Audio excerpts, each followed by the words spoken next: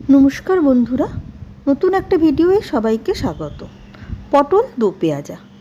ভিন্ন স্বাদের পটলের কোনো রেসিপি বানাতে চাইলে ট্রাই করতে পারো এই পটলের দো পেঁয়াজা। এখানে পটল এবং আলু দুটোকেই আমি লম্বা করে কেটে নিয়েছি এবং ভালো করে ধুয়েও নিয়েছি। একটা বড় আলু নিয়েছি এবং 5টা পটল নিয়েছি। এবারে এগুলোকে ছাঁকা তেলে ভেজে নেব। প্রথমে আলুগুলোকে দিয়ে দিলাম। গ্যাসের ফ্লেমকে মিডিয়াম টু হাইতে রেখে হালকা একটু লালচে হয়ে যেতে তেল ছেঁকে তুলে নিলাম। একই তেলে পটলগুলোকেও দিয়ে দিলাম। পটলগুলোকেও হালকা লালচে করে ভেজে নেব। মাঝে মাঝে একটু ওলটপালট করে দিতে হবে।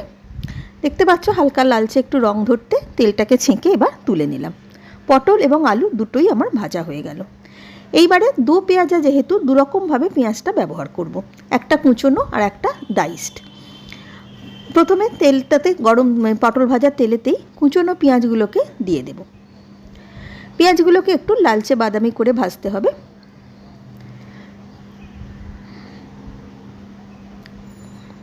আমি এখানে দুটো মাঝারি সাইজের পেঁয়াজ ব্যবহার করেছি, একটাকে কুচিয়ে নিয়েছি, একটাকে ডাইস রেখেছি।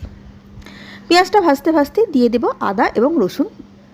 আদাটাকেও গ্রেট করে নিয়েছি এবং রসুনটাকেও গ্রেট করে নিয়েছি। 1 ইঞ্চি মতন আদা নিয়েছি এবং 6 কোয়া রসুন নিয়েছি। আদা রসুন এবং পেঁয়াজ সব কিছুকেই একটু ভালো করে ভাজবো। আদা রসুনের কাঁচা গন্ধটাও চলে যাবে এবং পেঁয়াজটাও একটু লালচে হয়ে যাবে। দিয়ে দিলাম দুটো লঙ্কা কুচি। লঙ্কাটা তোমরা যেমন ঝাল খাবে সেই আন্দাজে দেবে। দেখো আস্তে আস্তে পেঁয়াজের রঙটা একটু লালচে হয়ে যাচ্ছে। এবারে একে একে ড্রাই স্পাইসেসগুলো দিয়ে দেবো। হলুদ গুঁড়ো দিলাম, ধনে গুঁড়ো দিলাম এবং কালারের জন্য দিলাম কাশ্মীরি রেড চিলি পাউডার। নুনটা এখন দেব না, নুনটা একটু পরে দেব। নুন দিলে পেঁয়াজ থেকে জল ছেড়ে দেবে, পেঁয়াজটা ভালো করে ভাজা যাবে না। মশলাগুলো ভাজা হয়ে যেতে এবারে যোগ করব দই। 1 টেবিল চামচ দইকে ভালো করে ফেটিয়ে নিয়েছি। দইটা যখন যোগ করবে গ্যাসের ফ্লেমকে একদম লো করে দেবে, চাইলে একটু বন্ধও করে দিতে পারো, এতে দইটা ফেটে যাওয়ার সম্ভাবনা কম থাকবে। দইটা দিয়ে বাটিটা ধুয়ে অল্প একটু জল দিয়ে দিলাম। জলটা দিলে মশলাটা পুড়ে যাবে না। এবারে ভালো করে সমস্ত মশলাটাকেই কষবো যতক্ষণ না সুন্দরভাবে তেলটা ছাড়ছে।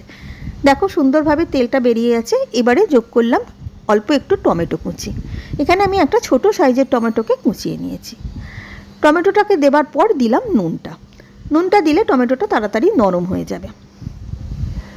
টেস্টটাকে ব্যালেন্স করার জন্য দিলাম সামান্য একটু চিনি। যেহেতু দই এবং টমেটো দুটোই ব্যবহার করছি তাই একটু টক ভাব থাকবে রান্নাটায়। অল্প একটু চিনি দিলে টেস্টটা বেশ ভালো হবে। নুনটা দেবার ফলে টমেটোগুলো বেশ গলে গেছে। এবারে যোগ করব কসুরি মেথিটা। কসুরি মেথিটাকে আমি আগে থেকে একটু জলে ভিজিয়ে রেখেছিলাম। জলে ভিজিয়ে কসুরি মেথিটাকে যোগ করলে মশলার সঙ্গে বেশ সুন্দরভাবে জিনিসটা কষা হয়, এতে তরকারির স্বাদটা অনেকটাই বেড়ে যায়।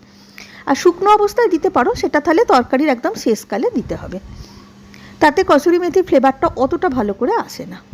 ভালো করে মশলাটা কষা হয়ে যাওয়ার পর এইবারে আরেকভাবে রকম যে পেঁয়াজটা কাটা ছিল ডাইসড পেঁয়াজটা, সেটাকে যোগ করে দিলাম।